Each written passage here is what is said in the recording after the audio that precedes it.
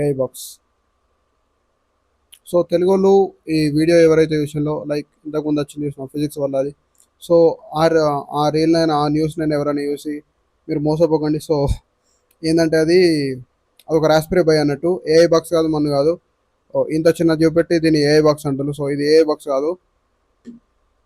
AI box అంటే వాళ్ళు ఏం చేసినట్టు ఏఐ బాక్స్ అంటే ఒక రాస్పెరీ బై అని ఉంటుంది. రాస్పెరీ బై అంటే ఒక చిన్న మినీ సైజ్ కంప్యూటర్ అనుకోవచ్చు. సో రాస్పెరీ బై వెనక ఒక మెమరీ కార్డ్ పెట్టి మెమరీ కార్డ్లో లైనేజ్ ఓఎస్ అని ఉంటుంది ఒకటి, అండ్ డిస్ట్రిబ్యూషన్ అది. సో దాన్ని మనం దాంట్లో ఇన్స్టాల్ చేసి దాంట్లో మీరు నచ్చిన డాటాని వేసుకొని మీరు ఒక టీవీ కనెక్ట్ చేసుకొని మానిటర్ లాగా, ఐ మీన్ లైక్ కంప్యూటర్ లాగా వాడుకోవచ్చు. సో అది ఇంత చిన్న ఉంటుంది అంతే ఒక రాస్పెరీ బై. ఆ రాస్పెరీ బైకి ₹100 కేసు పెట్టి ఏఐ బాక్స్ అని అమ్ముతున్నారు.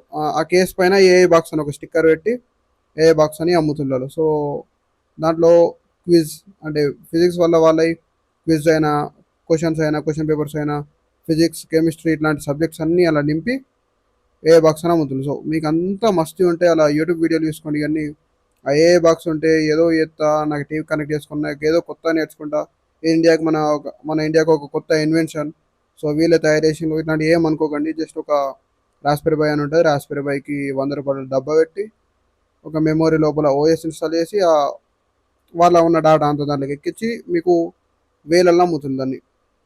సో వేస్ట్ ఆఫ్ టైం అది కొనుక్కోండి. అండ్ ఇది ఇలా ట్రిక్ అయితే భలే ఉన్నది.